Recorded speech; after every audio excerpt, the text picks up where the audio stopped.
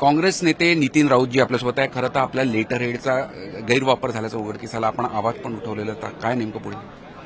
नाही, असं आहे की विधिमंडळात याचं सत्र दरवर्षी या ठिकाणी येत असतं आणि या ठिकाणी येणारे जे सदस्य आहेत, मंत्रीगण आहेत, यांच्या सुरक्षेचा गंभीर प्रश्न उभा असताना अध्यक्षांनी सुरुवातीच्या काळामध्ये पासेस देणं बंद केलं आणि अचानक पास सुरू केली. त्यामध्ये चुकीचं, खोटं असं माझी सही असलेलं पत्र अध्यक्षांना द्यावं आणि त्यांच्याकडनं पासेस घेऊन जावं, हा प्रकार उघडकीस आला.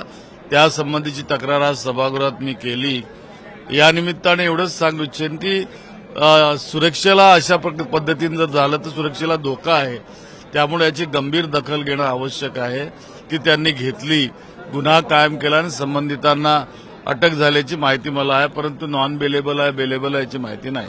राऊत साहेब, विरोधक म्हणून आपण सातत्याने सरकारला धारेवर धरत असतात, विविध विषयांवरून अंकुश ठेवण्याचा प्रयत्न करत असतात, पण राज्यात एक विषय गाजत आहे, तो म्हणजे पुण्याच्या जमीन प्रकरणाचा. त्याबाबत विरोधी पक्ष कधी आवाज उठवणार?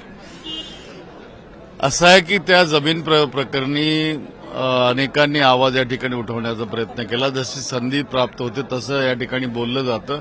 ती संधी आली तर निश्चितपणे बोलतील लोक. अधिवेशनाचा अर्धा कालावधी संपलेला आहे. कोर्टाने सुद्धा एफआयआर मध्ये नाव पार्थ पवार यांचं का नाही असं विचारलं, पण विरोधी पक्ष अजून याबाबत गप्प आहे, म्हणून अनेक जण सवाल विचारतात. खरं म्हणजे अधिवेशनाचा कालावधीच नाही आहे, अपूर्ण आहे आणि कामकाज इतकं सकाळपासून लागून असतं की त्यामध्ये काही मुद्दे सुटतात, काही येतात. बघूया काय होते ते आता.